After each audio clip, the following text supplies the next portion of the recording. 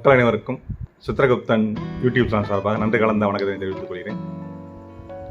இப்போ வாஸ்துல வாயு மூலை உயர்ந்தால் அல்லது வாயு மூலை பாதிக்கப்பட்டால், இப்போ வாயு மூலை உயர்ந்துச்சுன்னா மிச்ச மூலைகளை விட மொத்தம் 4 மூலைகளை விட வாயு மூலை உயர்ந்துச்சுன்னா, அதாவது ஈசானியத்தை விட வாயுவும், வாயுவை விட அக்னியும், அக்னியை விட தென்மேற்கு மூலையும் இப்படி தான் உயரணும். இதுதான் வாஸ்துவின் அடிப்படை விதி. ஆனால் அதை மீறி மிச்ச மூலைகளும் கம்மியாக இருக்கும்போது வாயு மூலை மட்டும் உயர்ந்தால் அது மிகப்பெரிய தொந்தரவுகளை கொடுக்கும்.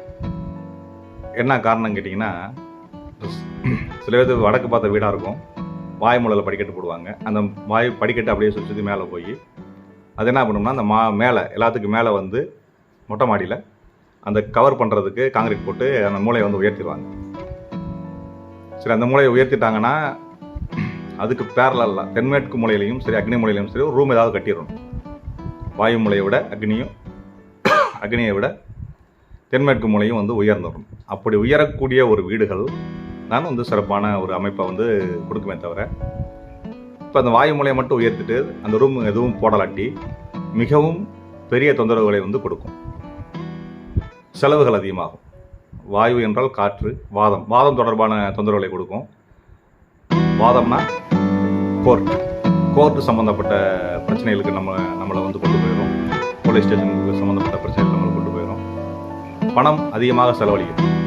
தேவையில்லாமல் மெடிக்கல் எக்ஸ்பென்சஸ் நிறையா செலவழியும். கால் பாதிக்கப்படும்.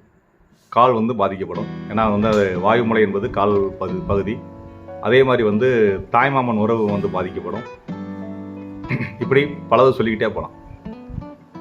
எனவே வாயு மூலை ஈசானியத்தை விட உயரலாம், பட் அக்னியை விடையும் தென்மேற்கு மூலையும் விட உயரக்கூடாது. அது மாதிரி பார்த்துக்கிட்டு அதுக்கு தகுந்த மாதிரி உங்களுடைய வீடுகளை அமைத்துக் கொள்ளுமாறு கேட்டுக்கொள்கிறேன். நன்றி, வணக்கம்.